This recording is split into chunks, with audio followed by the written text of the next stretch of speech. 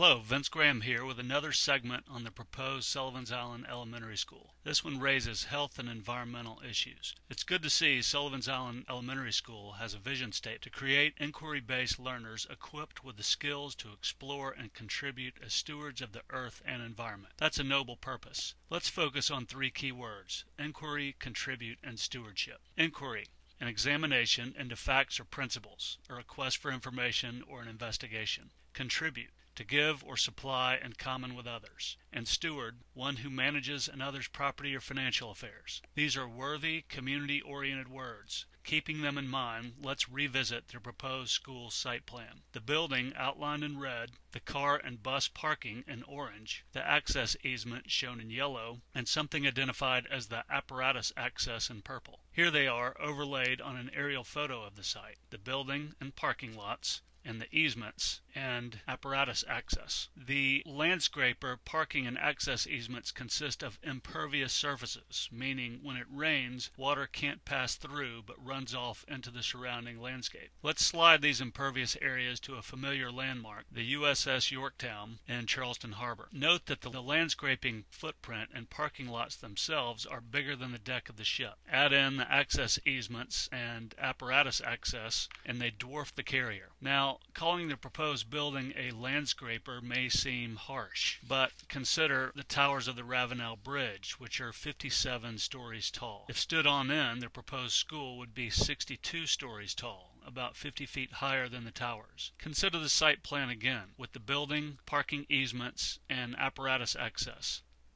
Some playground areas have been squeezed into the leftover strips. Together, these strips would fit within the area planned for bus parking. Clearly, parking has been given a higher design priority than children's exercise. But as currently planned, taxpayers will be spending a few extra $1 million to raise the entire building 9 feet to get it out of a flood zone. We've been assured the entire area under the building will serve as shady playground. No doubt. Presumably, the space underneath the building will have an appeal as inviting as that of a parking garage. Now consider another comparison: the Kmart Shopping Center on Bowman Road in Mount Pleasant. From overhead, this is how the proposed school compares. Adding in the school's parking lot, easements, and apparatus access, it looks like this. Now notice the areas highlighted in yellow. These are wetlands. They are in fact the headwaters of Shem Creek. Because the strip center was built prior to the passage of state stormwater regulations, when it rains, runoff from the building roof and parking lot drains into Shem Creek. Stormwater regs have since been changed to prevent this. For example, the Sand Dunes Club recently expanded its parking. As a result, DHEC required a retention pond to accommodate stormwater runoff from the additional paved area. Here it is from ground level. Back to the proposed site plan with its familiar components. See any retention ponds? Are the school's designers proposing to follow the Kmart model where stormwater runoff is dumped into the closest wetland? Recall the first vague images of the school plan were released to the public in May of 2011. Withholding more detailed plans, Town Council then moved at a record-setting pace to approve the school lease in the space of 2 months, granting final ratification after it had received a petition signed by 18% of island residents calling for Council to reconsider the mega school. It may have been that in its rush to expedite the lease, Town Council forgot to consider important environmental factors. Perhaps Council and large school advocates should revisit the vision statement.